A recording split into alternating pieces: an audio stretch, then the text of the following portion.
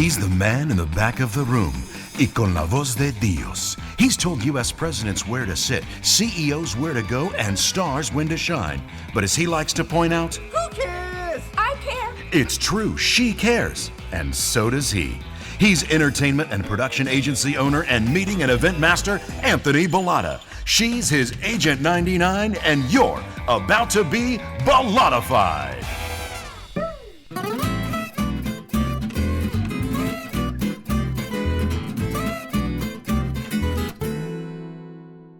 Hi, friends, and welcome to another episode of Bollotta-FIDE, the one and only pod about events, entertainment, and engagement. I'm Anthony Bollotta, and I'm here as I am every week with the always delicious, always optimistic Alexia Cristina Postalidis. Opa, Alex. Opa! Opa! And a happy holidays to you all. Yes, happy holidays. The best time of the year. Yes, you say that every single year, and it impresses me that you continue to say that every single year. That speaks to your spirit and your perseverance. Dang it. Dang it. Dang it all. You know, like I just got to spend Monday evening with Santa, and it just makes me giddy. Well, you didn't just spend the evening with Santa. You spent the evening being Santa's wife. Did you not? Oh, that was a different thing. Yes, I did. I get to be Santa's wife again on Sunday. Yes. Oh, and are you two-timing with two Santas? Is that what I'm hearing? I'm two-timing with a couple of Santas. Yeah, 3 actually. Oh, 3 Santas. 3, not 1, not yeah. 2, but 3 Santas. Brings me back to the summer of 95. Yeah, that's a whole nother story. I can't. No, not appropriate. Not appropriate, and just joking. But yeah, it was, you know what? I love kids. And I just do. And they were so beautiful and excited. And I got so many wonderful hugs. You're talking about being Mrs. Santa Claus. Being Mrs. Santa, yeah. What is Mrs. Santa's first name? Mrs.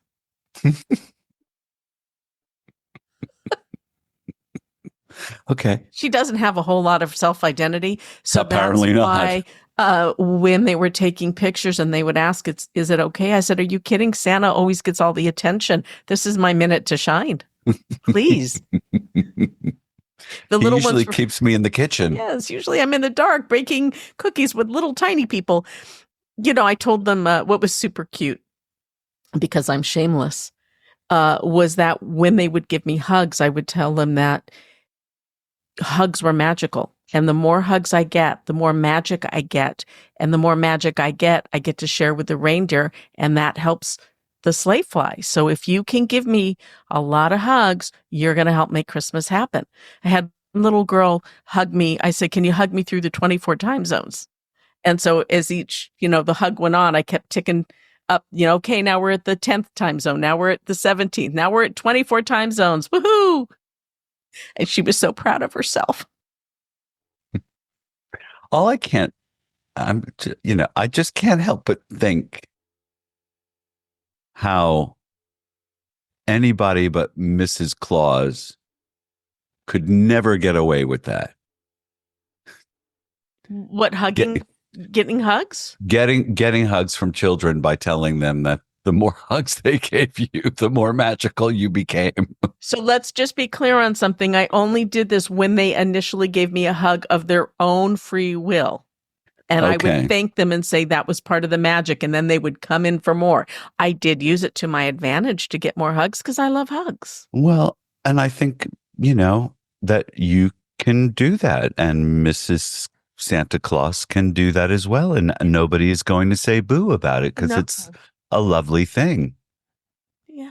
And the parents for were Mrs. Santa. For Mrs. Claus. Santa. For Mrs. Claus, yes. Yeah, maybe her first name is Santa. Mrs. Santa, that's it. That's her name. Mrs. Santa. Her last name is Claus. Okay. So it sounds like a delightful experience, Mhm. and I did see a photo of you as Mrs. Claus, and I must say you look charming as all get out, and lovely and sweet, and oh so huggable. Well, I got to tell you, yeah, the particular costume I was wearing is really made for two people.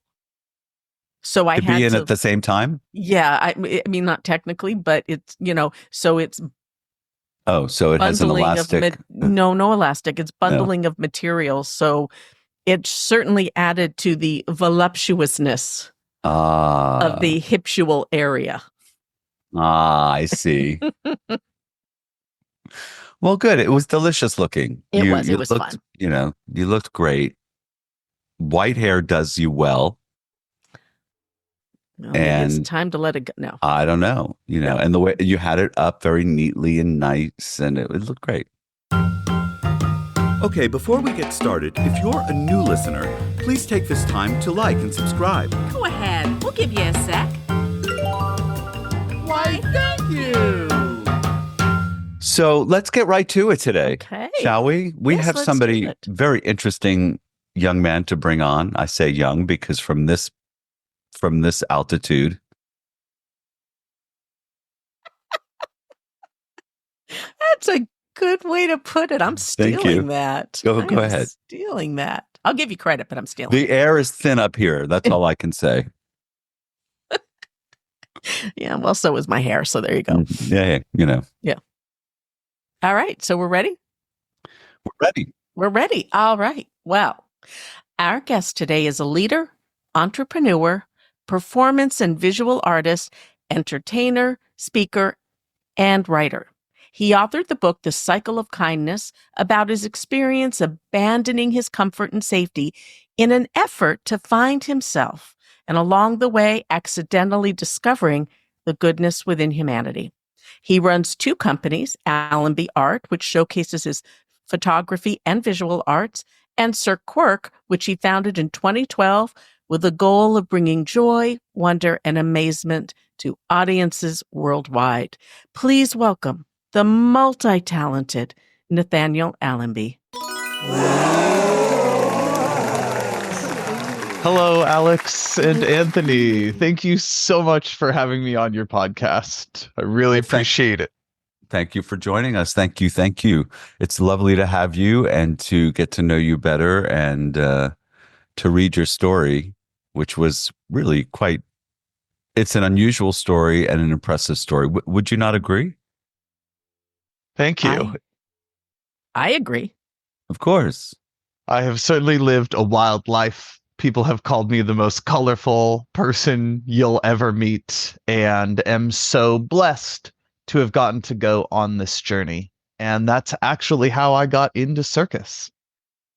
Yes, it is, isn't it? You didn't start out as a cirque performer as a child. It wasn't even in your sights, from what I understand.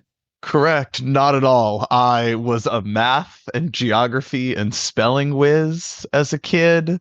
I did very little art, and after dropping out of a prestigious liberal arts politics program at Willamette University, becoming depressed, had no idea what I was doing with my life. My best friend, after seeing me get addicted to video games, I mean, granted, I was successful at that too. I went to the first ever Blizzard convention, won the International Grand Championships with my team, and there was no money in it at the time. So I was sinking all of my time into living behind a computer. And my best friend offered me this one-way plane ticket to Europe and a bicycle when we got there. And we left in the spring of 2006. And when we got there, he said, "Okay, we're broke. I spent all my money. You need to learn how to juggle so that we can perform on the streets of Europe for tips," called busking, as you probably know. Mm-hmm. And that was 18 years ago. I was terrible at it to begin with. It took me a month to learn 3-ball juggling.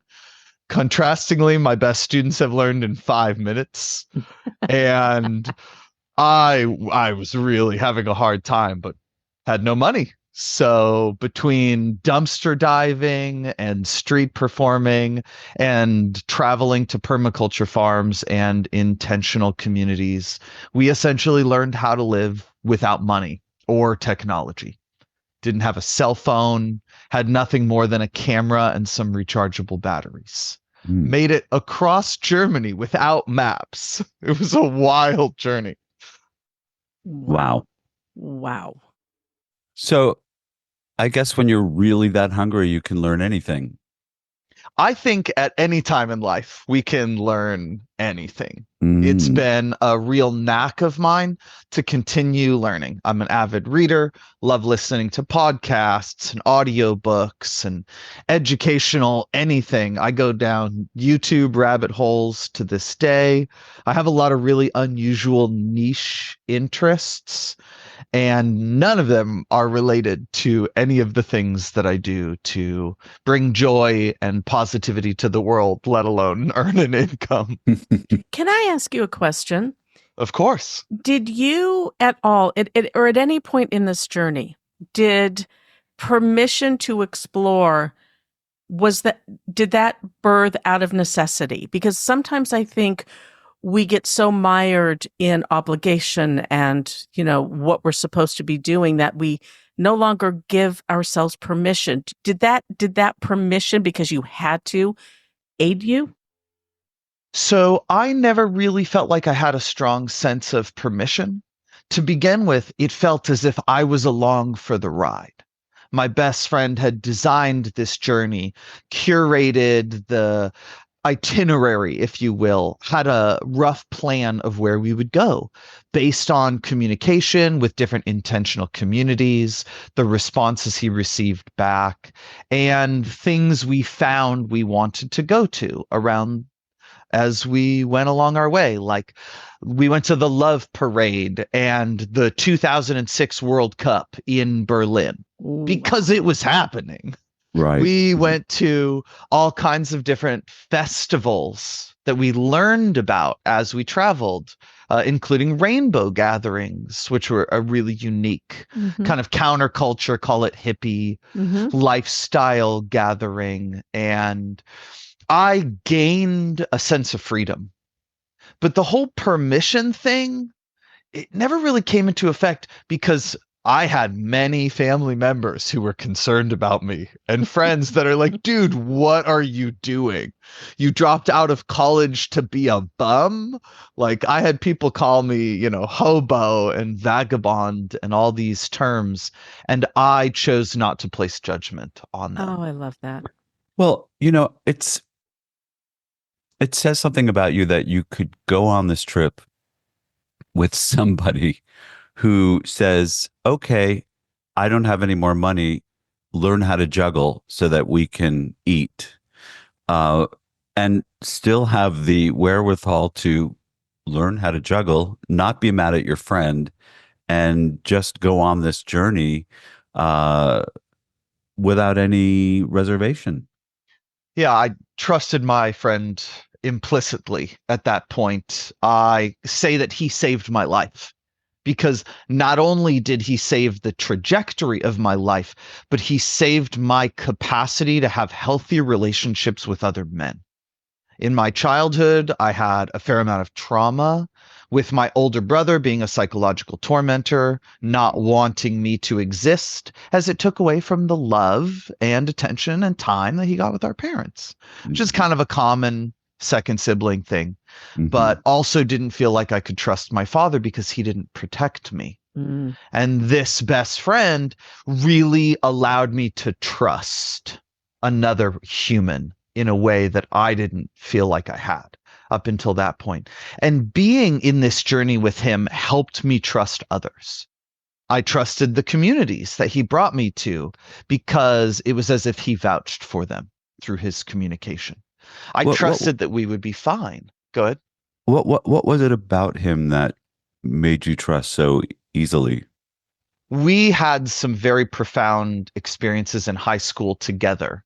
In fact, one of the very first ones that caused me to really determine that I wanted to be his best friend was something that I didn't feel like I could do. He had this confidence, this chutzpah about him. He was walking up to a professor silently who was drawing on the chalkboard, explaining away the lesson, pinned a chain of paper clips on his back pocket, and then returned to his seat without ever being detected.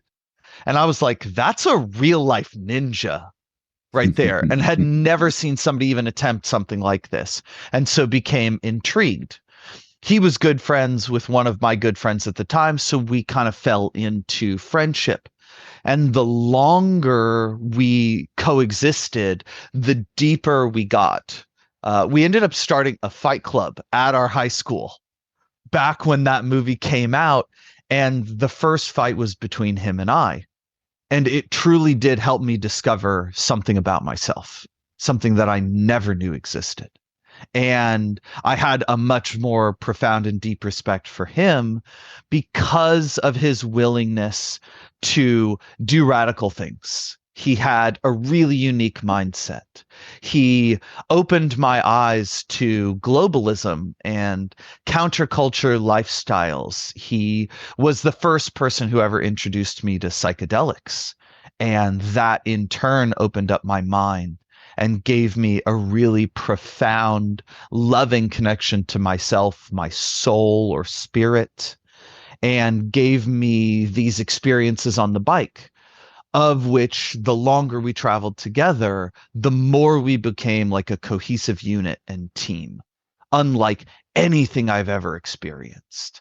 So much so that we could complete each other's sentences or know what the other was doing without even seeing it, and enter the sort of flow state that a lot of really high level military experts talk about entering with their team.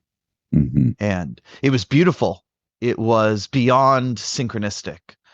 I not only turned my body around from being overweight and losing my eyesight, being on computers all the time, to being able to pedal 100 miles a day, a week Wow. plus in a row.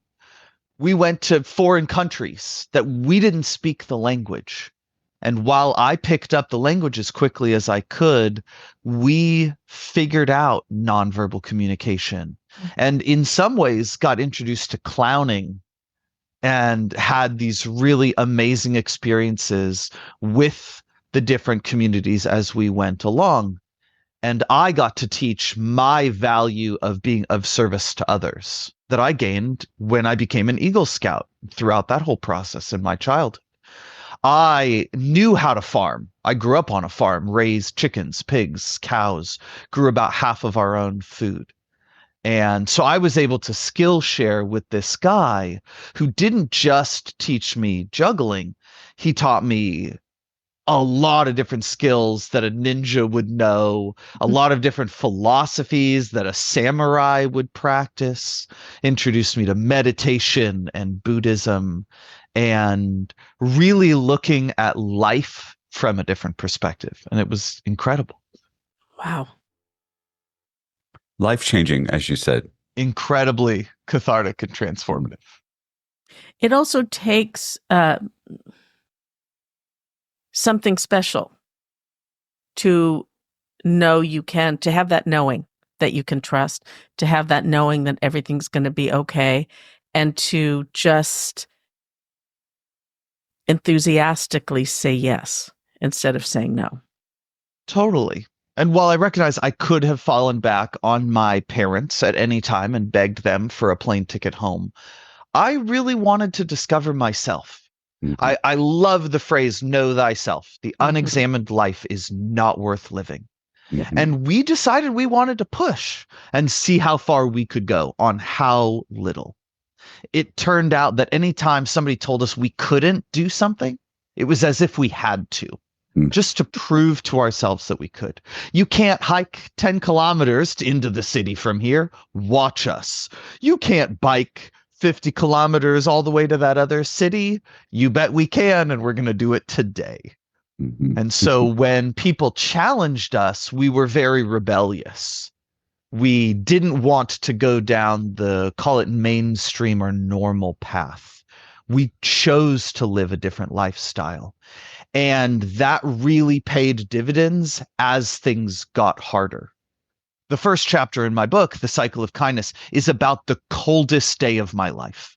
The day after Christmas 2006, where I was well below freezing temperatures, watching a river moving, actively freezing over next to me, wearing every single item of clothing that I had and only fingerless gloves, because that was all I had. And I had to switch hands every 10 minutes or so because otherwise I was worried about getting frostbite. I ended up breaking into, forcefully entering into a building that night because I was worried that I was going to freeze to death. There was another night where I foolishly slept at the bottom of a dam, and the mist covered my tent and my bicycle to the point where breaking it down in the morning and trying to get my bike moving was creating fear in me that nobody was nearby and that I was going to freeze to death alone with no one to discover my body for who knows how long, and was doing everything I could to maintain my own inner furnace, if you will. And it was incredible. I'm glad I did it. Would I want to go through the same experiences now? Maybe not.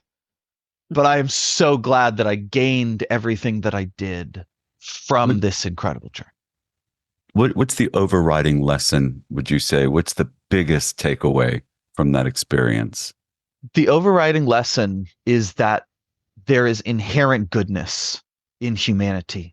I believe in the benevolence and altruism of the overwhelming majority of people, because everywhere that I went, this was reflected back to me.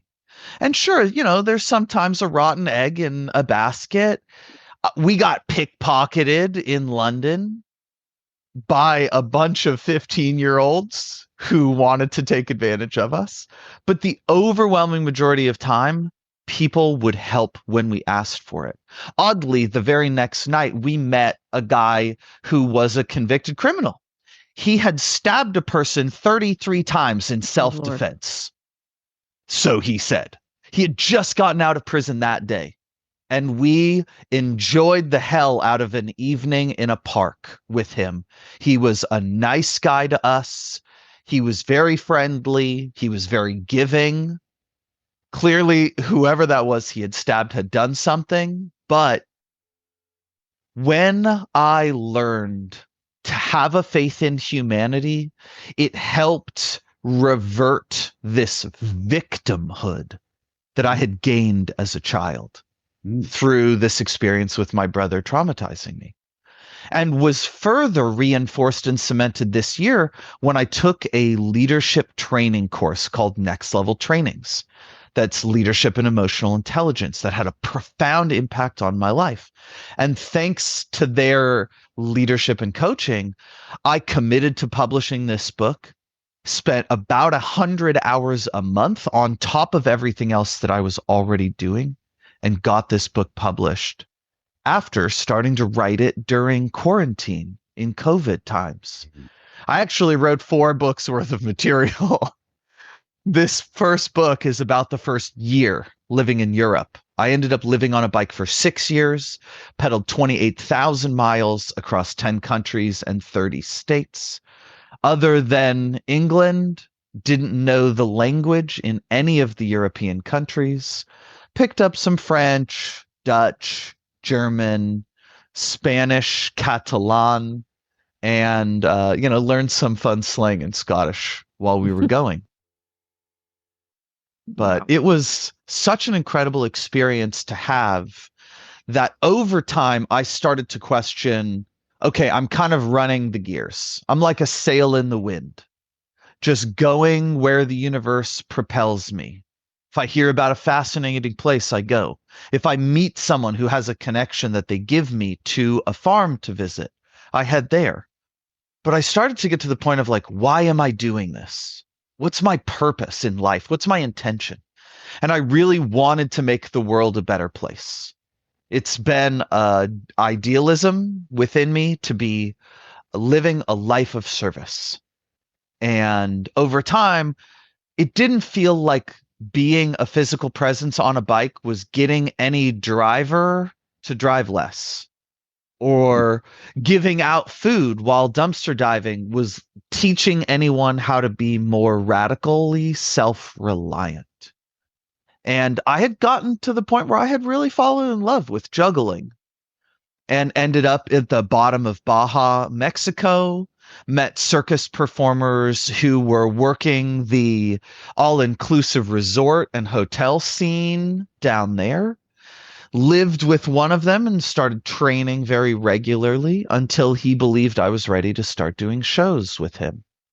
And then started performing and had gotten gripped by the addiction that can be performing and fell in love with it.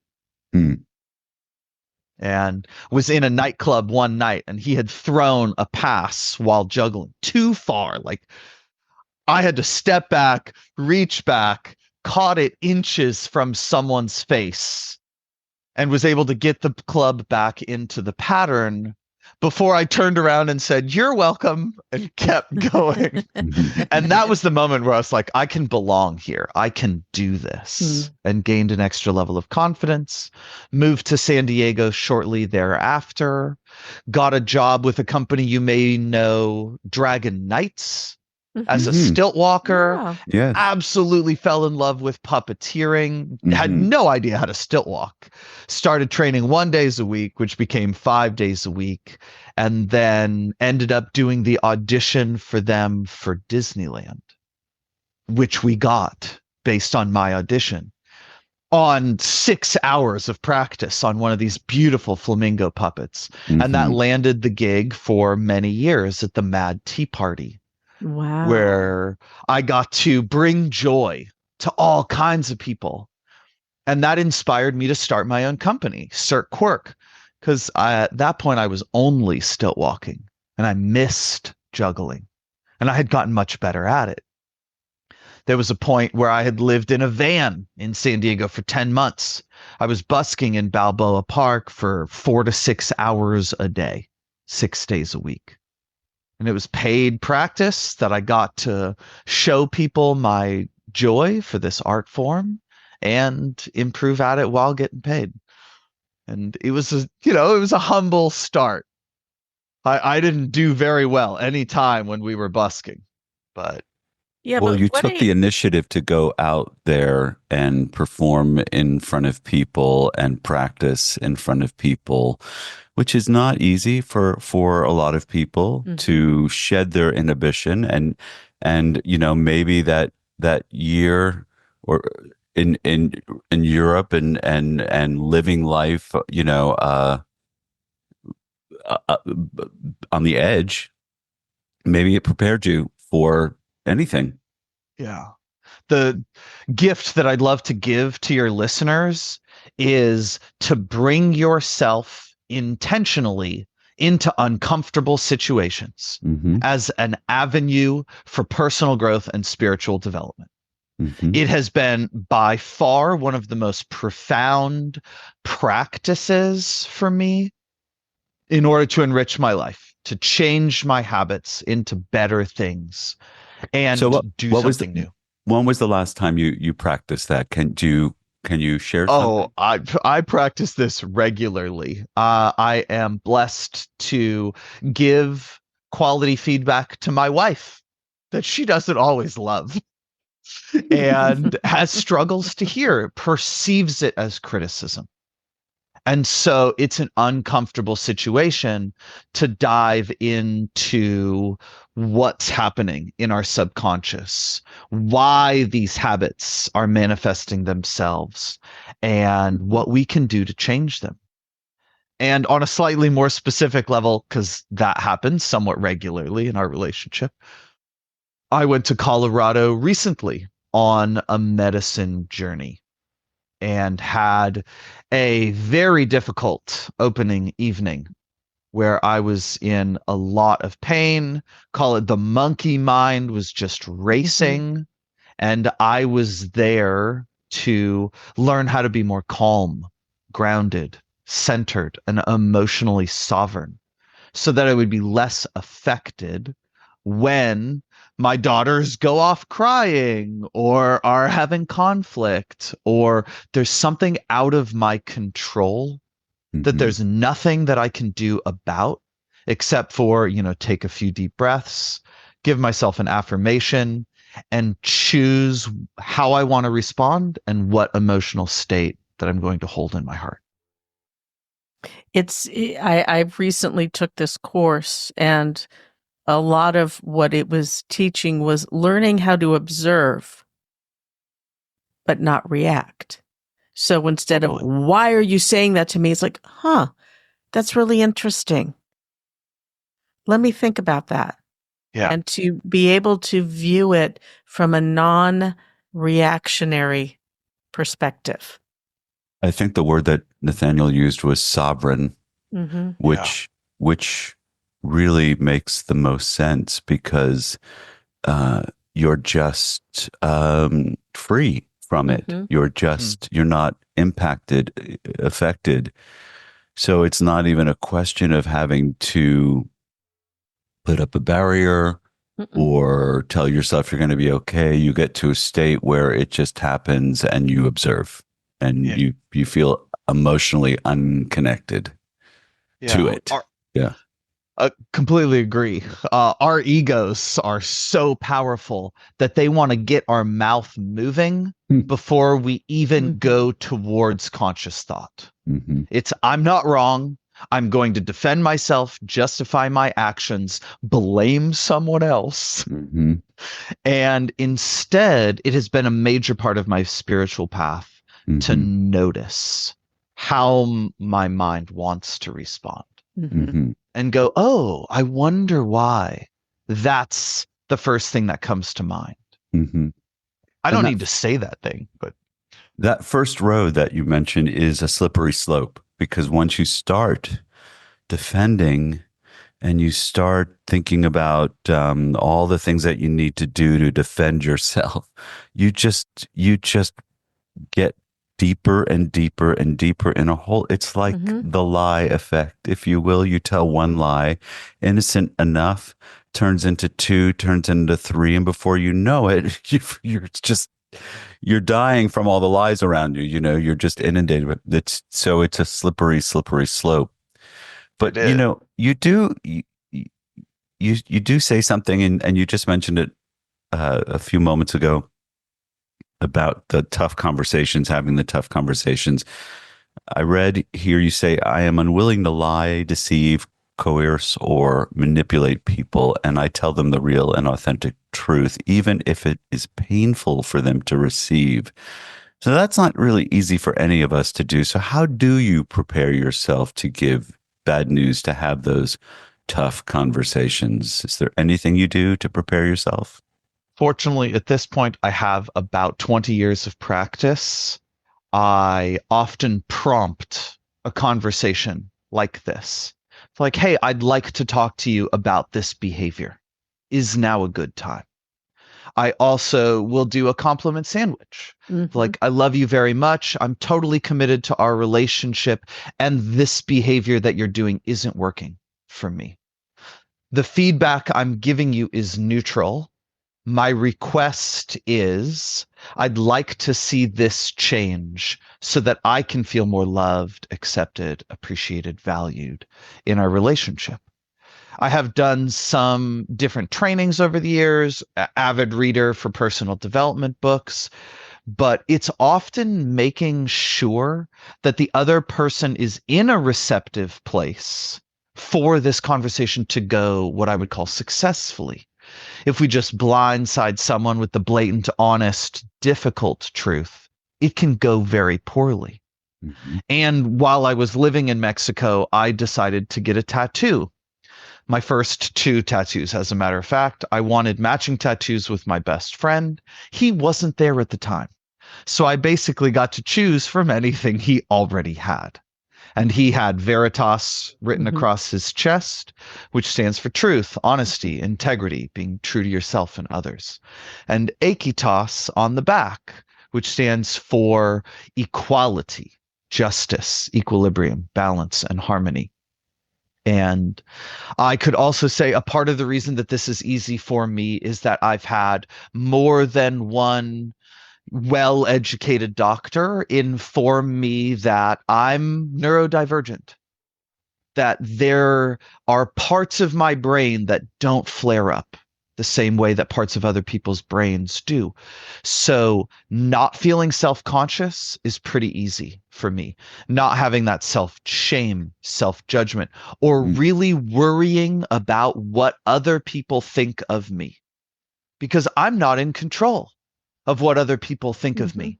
How they respond is their own mind, their own past manifesting itself in the form of, their own personal psychology. I'm not going to go into Jungian analysis for every single person that I come across. It would be both exhausting and time sensitive, And instead, I show up authentically. And I show up in a way in the world that I know brings value, that I know is giving more than I'm taking. And when I know that, I can handle other people's reactions significantly more easily. And I'm not perfect. I may try to be giving and hurt someone's feelings. These things happen.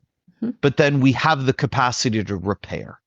And say, hey, I acknowledge that it wasn't my intention, but I did this. And this caused this kind of feeling in you, even if it's as severe as distrust or hatred. I am sorry that I did that. What you can count on me moving forward is being more mindful of this specific behavior around you. Thank you for giving me another opportunity. I'm sorry. Please forgive me. And that's kind of all we can really do. Yep. Two of my favorite sayings, one from a long time ago, is what you think of me is none of my business. And the more recent is where I speak truth, others share only love. And when I have to go into a difficult conversation, I try to keep that in mind. I love that. Thank you for sharing. You're welcome. Yeah. Have you read the Four Agreements, Nathaniel? Oh, the Four Agreements, the Fifth Agreement. I'm currently on the 7 Principles of Making Marriage Work. I have a whole storage bin full of self-development books that I've finished that I would like to pass on to my daughters when they get there, and several shelves of my library dedicated to them right now. Well, that begs the question, being a father of 2, you have two girls. Yep. What do you hope for them? What is the lesson that you would like to ensure they take away with them as they enter adulthood? As much as I have dreams for what I want them to become, what I really hope for their lives is that they pursue their own passions, follow what brings them joy in their hearts, and do things that are positive for the world. It's my goal to bring joy to the world, to be a profound positive impact, to be the change I want to see in the world. But if they don't want to do that, I'm not going to guilt or demonize them for it. If they find something that they absolutely love, I will encourage and nurture that along the way. I mean, don't get me wrong. We're teaching our older daughter, Aurora, who is 4.5, ballet and piano and swim. We want her to learn the joy of dancing. So we try and have little dance parties at the house and get our younger daughter, Ivy, involved. And, if she decides to drop all of it at some point in her life, it's her choice. Yeah. It's my job to set her up with healthy mindsets, positive self-beliefs. And open them up to experiences so that they have a breadth of things to choose from. Yes. Or to not, to simply let go of. Or to figure out what they're good at and, what they can leave behind them, and what works for them. and giving them the tools of physicality at a young age so that they know their bodies and they learn how to move them and they keep them moving as they grow into old adulthood. That's an important lesson, and it's important to subject your children to as much as you possibly can so that they can find themselves. Mm-hmm. Healthy skepticism is important, as is discernment. Mm-hmm. And listening to their intuition. You're also giving them the gift of happiness. You're giving happy. And I've recently very much learned that ancestrally, that's a pattern that many of us have had to make the decision to break so that we can be better examples for our children and we can set them forth that happiness is important and bringing joy and being joyful is important. It's not frivolous. Not at all. Well said. No, but in deference to our parents, they lived in a completely different world, and happiness wasn't really the first thing on their minds. No, and when it wasn't I say important. Breaking that pattern, it's not with a finger pointing. It's with an acknowledgement and an acceptance of what they had to go through and how in turn that affected how they treated us. And now that we have a different set of skills and knowledge, we can then choose to end that pattern. Yes. And that's very, very important, not just individually, but as far as humanity is concerned, to bring more joy. Yes. Is it? Yes. I wonder. Call it raising the vibration. Yep, and I try to honor our parents because they did the best they could with what they had. And we're in the same boat. Yes. My daughter will probably look at me when she's old enough to have kids and be like, Dad, why did you do this? And what were you thinking? How could you have been so much more kind and, not hurt Mom when you gave her this feedback? And I will be like, I did the best I could with what I had. And I hope that I taught you to do better. I told my daughter from the time she was very young was that you honor your parents by learning from their mistakes and being better. You will honor me by being better and learning from my mistakes. Yeah. Because I am doing the best I can with what I have. Yeah. My last remaining grandparent passed this year. Great grandma Sally. May she rest in peace and find solace in whatever comes after this. She was 94. God bless. And the things that I thought of when at her funeral were, what did she do so well that I don't? How can I gain her strengths? How can I learn her virtues and be more like her in her best ways and honor her memory like that? Beautiful. It's our life philosophies that get us through, right? It's living with intention as well, as you said earlier. It's key to happiness and living a life that is productive and successful. Successful isn't necessarily about money and status. It's about community and what you build and what you sustain, as an individual, as a human being, and your character, and being able to remain honest and forthright it's very rare. It's definitely not the easy road. Yeah. And it takes work. It takes work to it. What do we know? We know that anything good takes work. And once you do the work, you feel great about it. There's no refuting that. It's just simple logic. You do the work, you feel great about it.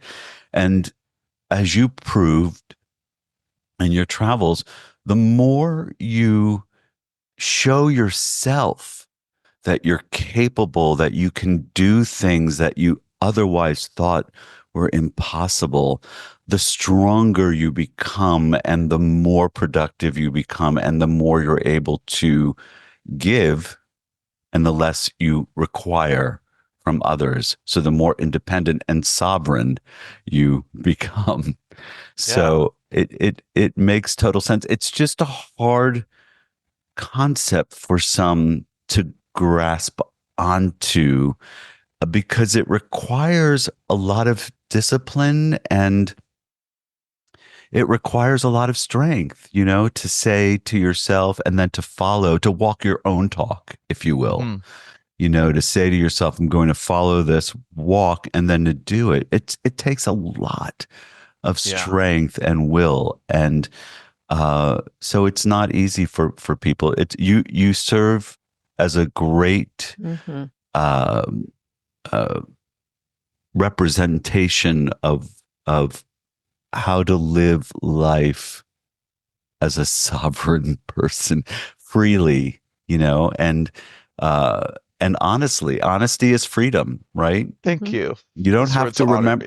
You don't have to remember everything you say when you are honest. You don't have to, you know, remember the thing you told someone because you're honest. You're just authentic. You are who you are where you go. And so it's a lot less stressful. Yeah.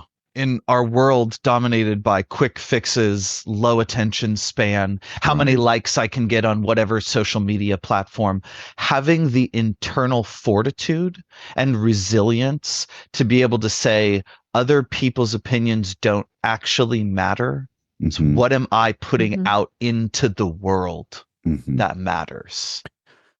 And that can be small acts of kindness, which are as equally important as the big ones, you know, the ones that happen when somebody with a lot of resources and perhaps some fame and cachet can do, you know, and why I make this comment is the fact that because we can't do big things, it doesn't mean we're not successful and we're not making things happen. Small things are just as important.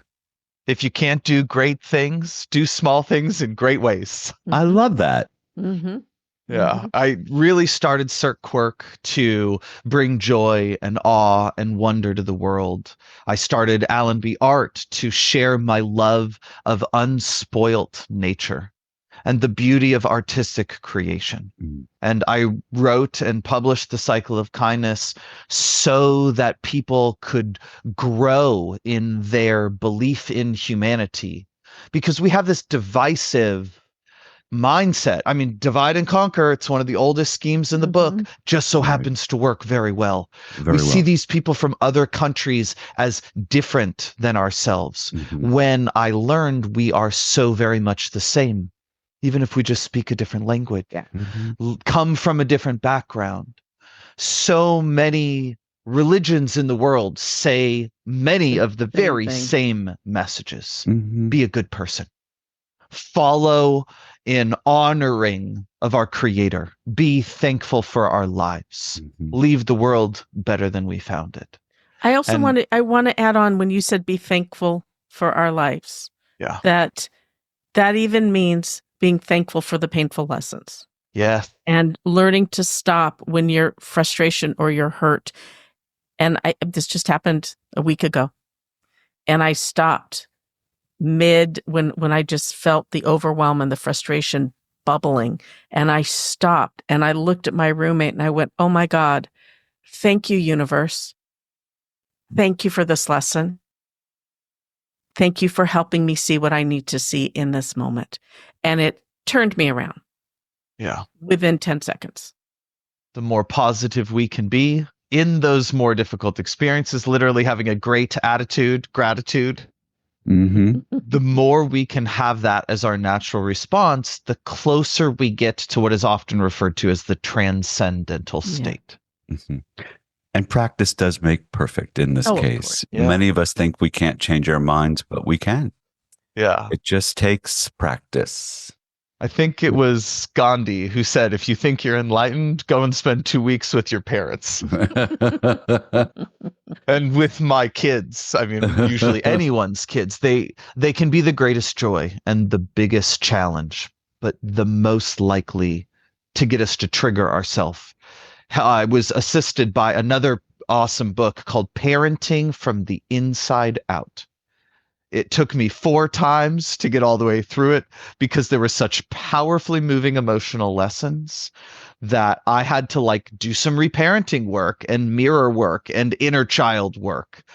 And so much of this is preparing me to be a better parent as time goes on. But it's not easy lessons. It's not easy to look ourselves in the face and be like, how do I mess up? How do I hurt others? And change those patterns. You say something about a dream to unite with like-minded dreamers to bring widespread healing to people worldwide. What does that look like to you? What does widespread healing look like to you? Yeah, thanks for asking, because it is so important to me. I'm currently going back to school for integrative psychology to become a licensed marriage and family therapist with the dream of doing psychedelic assisted psychotherapy. So this is a smaller level, right? One-on-one or small groups. But within this, I will also be doing my best to give speeches as a motivational speaker or an educational speaker to bring more to the world, to be that thought leader and help people out. I truly believe the largest level of this is to end all war, to treat humanity as one species, one race of people that is in it together instead of fighting amongst one another for resources, and sharing the resource that we have so that all humans feel a sense of abundance, so that generates safety for them to express what's inside of themselves honestly, authentically, forthcomingly, instead of, oh my God, I need food, I have scarcity, I have worry, I need to get next month's bills paid. What am I going to do? How do I have to step on somebody else to be able to make it, to earn that next paycheck or that next raise? That instead of looking at the world in a competitive way, treating the world as a cooperative way. Now, don't get me wrong, competition is like the mother of invention. It is literally one of the most major fundamental ways that gets our society to grow. But if we can do it in a way that's honest, ethical, kind, instead of this dog eat dog that many of us were raised to believe is the only way to go about doing business, that gets us steps closer. Being the example for my children is just one more way. But being more a part of the, call it civil discourse or political discourse, and speaking up for what's right and what's important, and for the ways in which I want to see the world change. Now, I may never be the president of the United States like I dreamed of when I was a child. You know, I was groomed into that political realm. And if I told that little kid now that he would have become an entertainer and that clown would have made more of a profound impact on the planet than he ever dreamed possible, well, it would have blown that little kid's mind. But with every interaction, we get to make a difference. With every new person we meet, how we treat them matters. Donating more, whether it's time, money, energy, physical goods, food to the homeless, being giving of ourselves, teaching people new skills, volunteering our time, making an impact in the world, starting a YouTube channel and sharing positivity. I've been dreaming about generating an app, also the cycle of kindness, to highlight people's goodness and to just have every single thing on there being like other people doing benevolent and altruistic things for their fellow mankind. It's kind of like the pay it forward movement. And this is a philosophy It's one that I intend to carry for the rest of my life and pass on to my children. So, Nathaniel, what is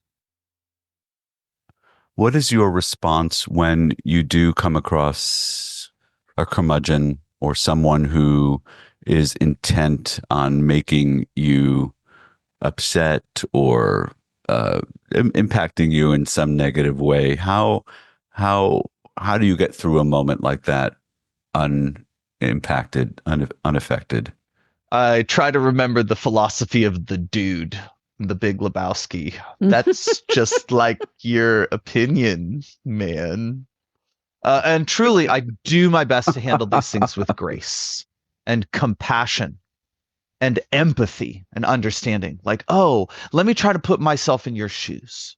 Mm-hmm. How can I understand what you're feeling, where you're coming from, so that I can diffuse the anger or hatred?